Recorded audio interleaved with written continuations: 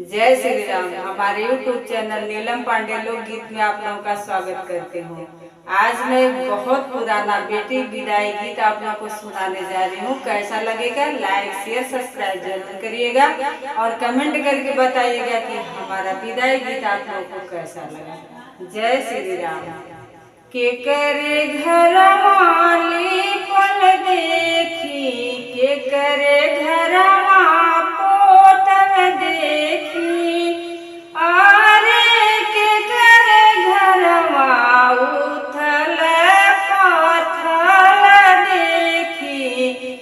बेटी मोरे पराई भइल, निधिया मोरे पराई भइल।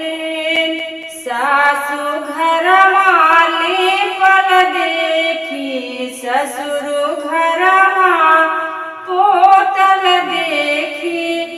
अरे मैया घर उथल पथल देखी, बेटी मोरे पराई भइल, निधिया मोरे पराई भइल।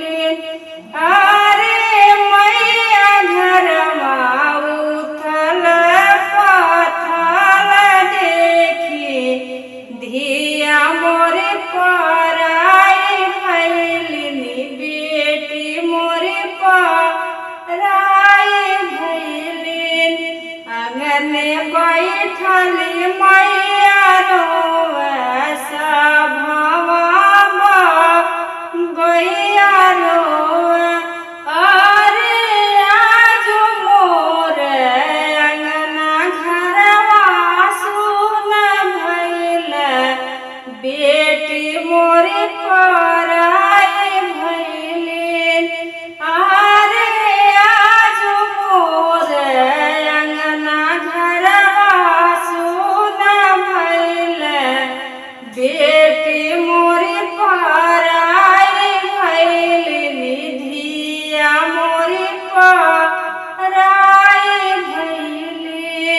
मचिया बैठली सासु बिहसा दुआरे, सासुर बिहसा।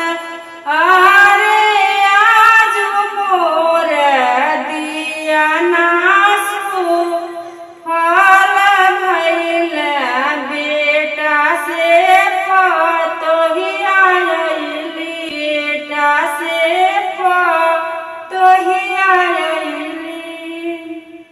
जय श्री राम।